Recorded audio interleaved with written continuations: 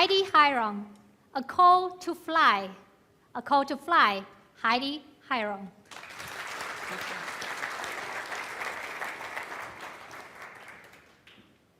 Come to the edge, he said. We can't. We're afraid, they said. Come to the edge, he said. We can't. We will fall, they responded. These are lines from a poem by Christopher Logue, and they remind me how much fear holds people back. Madam Toastmaster, fellow Toastmasters, and guests, how often does fear hold you back? Have you been held prisoner to fear? Have you ever not done something because you were scared? Maybe something like enter a speech competition. I've always been intrigued. Why do some people drown in the face of fear while other people feel the fear and do it anyway? And I found a variety of criteria that seems to set people up not just for success, but for personal growth through fear. And I'd like to share two of these with you tonight. The first is hope for the future, and the second, the support of others. When we have hope for the future and the support of others, we can excel in the face of fear.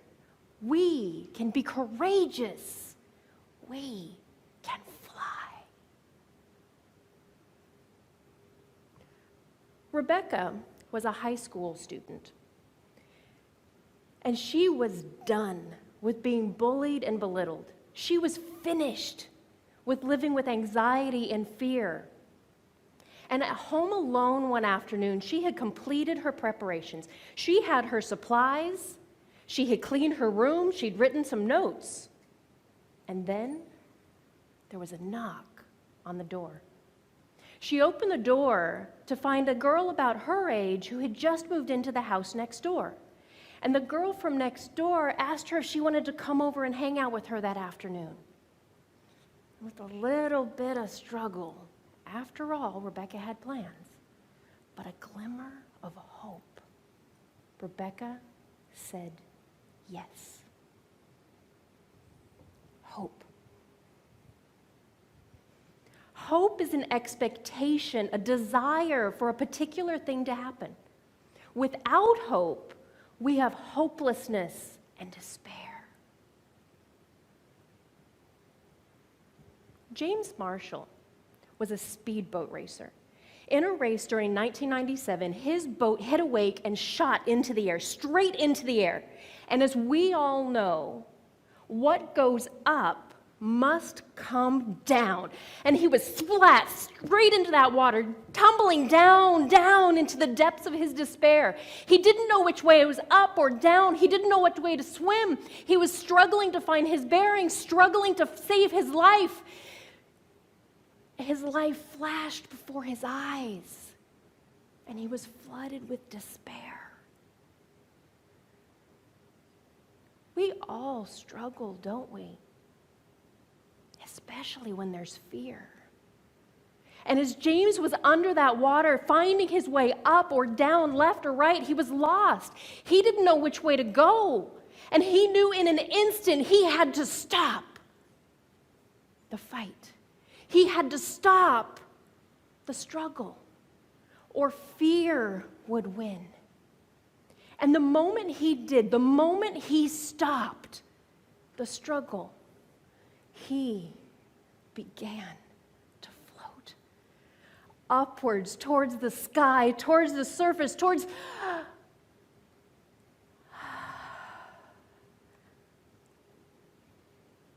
happens sometimes, doesn't it?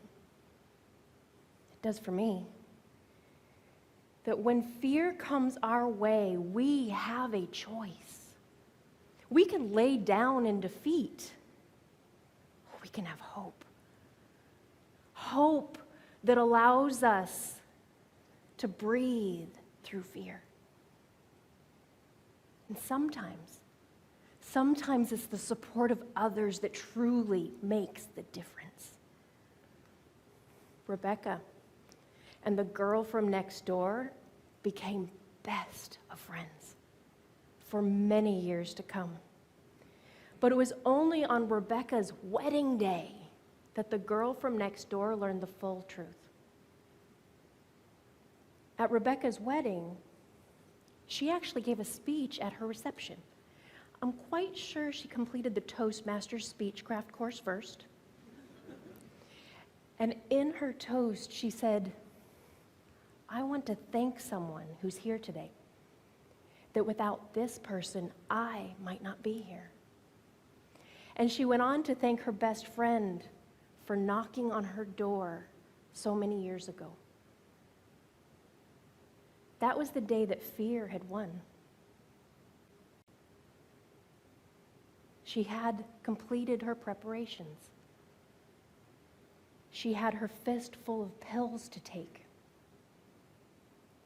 She had cleaned her room so her parents didn't have to. And she'd written her notes to say goodbye. She was done with living in isolation and fear. She would have ended her life that day, but she didn't, because of a knock on the door. We don't know who's going to knock on our door, or who's going to enter our life, or whose life we will enter because of a kind word or a smile or an invitation. But with the hope for the future and the support of others, we can survive, we can excel and thrive in the face of fear. We can look towards the future. We can float and rise to the surface. We can hold the hands of those around us and lean into fear. We can fly. You will hear the call from fear. Come to the edge, it will say. And you will go to the edge. And fear will push you, and you will fly. Contest chair.